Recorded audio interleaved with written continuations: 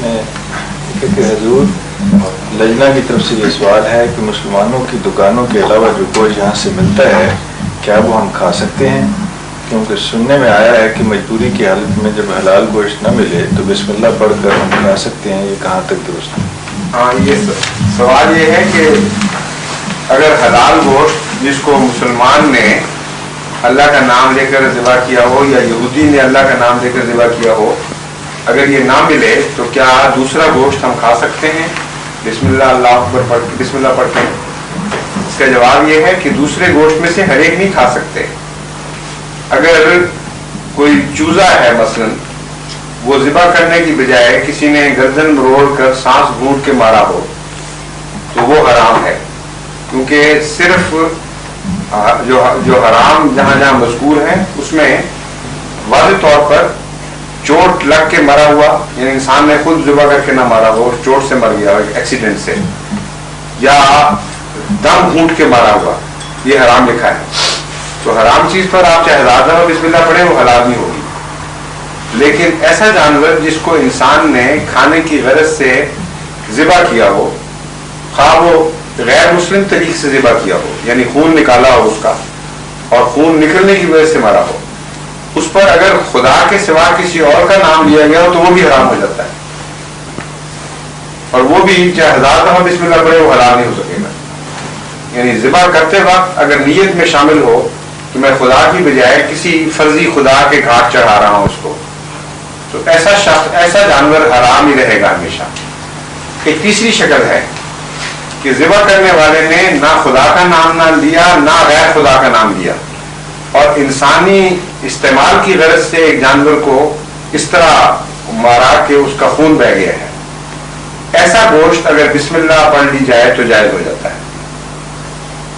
اس وضاحت کے ساتھ اگر کسی دکان سے آپ کو کوئی گوشت ملے جس کے مطلب یقین ہو کہ وہ مشرکانہ طور پر نہیں ذبح کیا گیا، جس طرح بعض ہندو کرتے ہیں یا بعض اور مذاہب میں دیوی دیوتاؤں کے نام پر چیز چڑھائی جاتی ہے، یہاں یورپ میں تو رواج نہیں ہے بہرحال اس کا، لیکن اگر یہ بھی یقین ہو کہ دم گھونٹ کے نہیں مارا ہوا تو پھر وہ جائز ہو سکتا ہے۔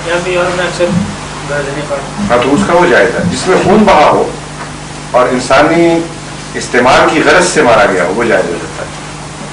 یہاں ذبح خانے ایسے ہیں کہ وہ اس قدر ٹیمپریچر پانی کا ہوتا ہے، مرغیوں کے ایک لائن میں وہ جیسے مشین آٹومیٹک وہ کرتے ہیں، وہ پانی سے اس قدر ٹیمپریچر 250-300 ڈگری بھی ہوتا ہے، تو اس طرح وہ ان کو مار دیتے ہیں پہلے۔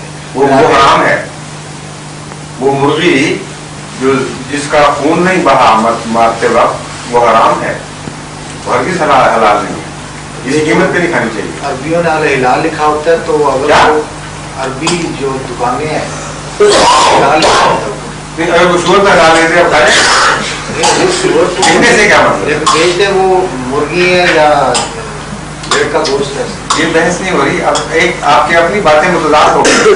ایک طرف آپ کہتے ہیں نقشہ وہ کھینچ رہے ہیں جو قطعی حرام ہے، اور جب میں نے کہا حرام ہے تو مجھے جواب یہ دے رہے ہیں اس پر حلال لکھا ہوتا ہے۔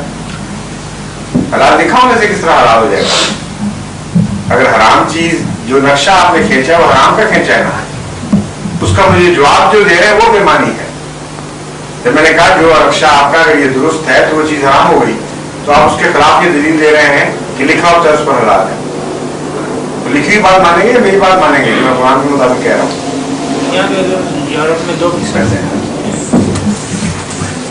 حضور، ہمارے پاکستانی کچھ دوست اسپین کی طرف ایک کارخانے میں کام کرتے تھے، اسی مرغیوں کے مذبح خانے میں، تو ان سے ہم نے یہ پوچھا کہ آپ لوگ مرغیاں جب ذبح کرتے ان کو اسی گھر سے رکھا تھا کہ وہ ایکسپورٹ کرتے تھے سعودیہ وغیرہ میں مسلمان ملکوں میں، ان سے ہم نے دریافت کیا کہ کیا آپ بسم اللہ اللہ اکبر پڑھتے ہو یا ویسے ہی ذبح کرتے ہو؟ کہتے ہیں اتنی دفعہ ہم پڑھیں گے تو ہمارا دماغ خراب ہو جائے گا، ہم صبح ایک ہی دفعہ پڑھ لیتے ہیں، اس کے بعد پھر سارا دن چلتے آتے ہیں ایسے۔ کیا یہ درست ہے؟ اتنی باتیں پوچھنے سے دماغ خراب ہو جاتا ہے۔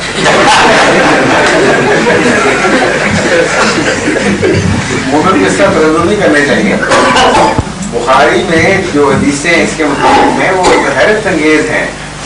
یہاں تک رسول اللہ صلی اللہ علیہ وسلم نے فرمایا کہ اگر ایک مومن ایک جانور کو مارتا ہے کھانے کی نیت سے اور بسم اللہ بھول جاتا ہے تو تبھی وہ حلال رہتا ہے، اور جب مگر کھانے سے پہلے اس کا پڑھ لینا چاہیے.